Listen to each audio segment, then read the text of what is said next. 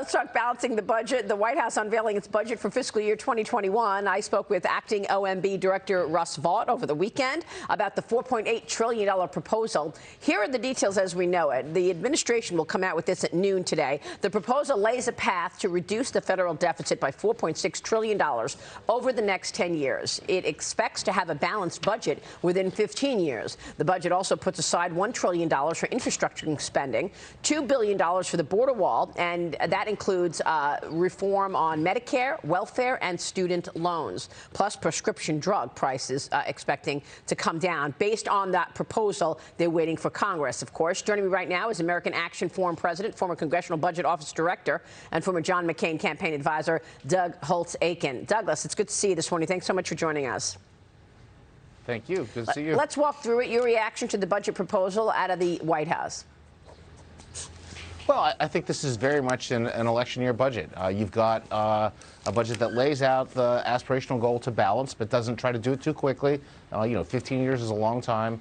It relies heavily on strong economic growth. It looks like they're going to get 3% on average over the next 10 years, and it relies heavily on acts of Congress to cut discretionary spending. And I think you and I both know those probably won't materialize. Well, the congressional cuts in terms of discretionary spending may very well not materialize during an election year. But What about this effort to get the deficit down and the debt down by $4.6 trillion?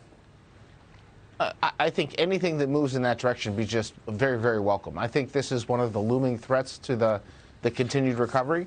To have large increases in debt and deficits is something that really undercuts the ability of the American business community to borrow what they need to invest in America's firms. It undercuts the ability of American workers to improve their skills, the funds to do that. So I think this is exactly the right direction to go. The question is whether you can get there and get there quickly. Doug, it's Dagan McDowell. Doesn't you hear this logic even from Republicans, which is a little bit mind-boggling, that, well, you want to borrow when rates are low. But historically, conservatives have said, well, the private sector spends money better than the government. And so how do you reconcile this kind of new attitude about debt and running trillion-dollar annual budget deficits? I find it very disappointing. I think the focus on debt is really missing. It's driven by spending programs, and when you say we're willing to borrow, you're really saying I'm not willing to cut spending programs, and that's what we really need to do. Those are competing with the private sector for resources. And the notion that somehow we're fine as long as there's not a crisis really misses the point. I mean, yes, we haven't seen financial markets blow up even though we have trillion-dollar deficits, but we can do better than we're doing. We can grow more rapidly than we are now, and that productivity growth and that rise in the standard of living is ultimately what the American people are going to benefit from. I just always point this out. Literally in a few years, we're going to be paying more to service the debt, more on interest on the national debt than we pay to fund our military. How upside down is this world? It's mind-boggling. It's hard to get your head around those kind of numbers. I mean, I've been doing this my entire professional life, and I never thought we'd be in this position. Doug, good morning. Mitch Rochelle. One of the things we talked about earlier was this is largely a political document, and one of the things that's in there is the notion that the tax benefits that are due to expire in 2025 will be extended. That would be the rate cuts across all the income bands. One of the things that the candidates in the Democratic field are doing is talking about taking away all of them. So is this really an effort by the administration to say these tax cuts are here to stay?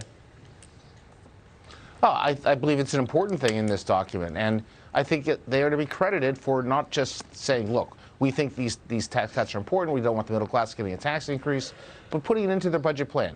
They have a plan to go to balance in 15 years. They're not saying, oh, let's have that happen somewhere else. They put it in the plan. They're got it built into what you need to do to get the budget to balance, and that's the right way to do it.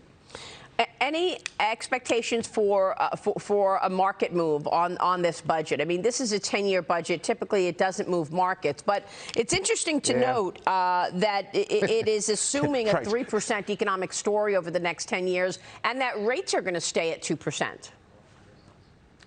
Yeah, I don't think this will move markets much. You know, the thing I've done my entire professional life isn't that interesting to financial markets, as it turns out. But I think it's largely because it's a continue the course document. This is not a document that signals the administration somehow decided economic growth is not important, cutting the regulatory burden is not important.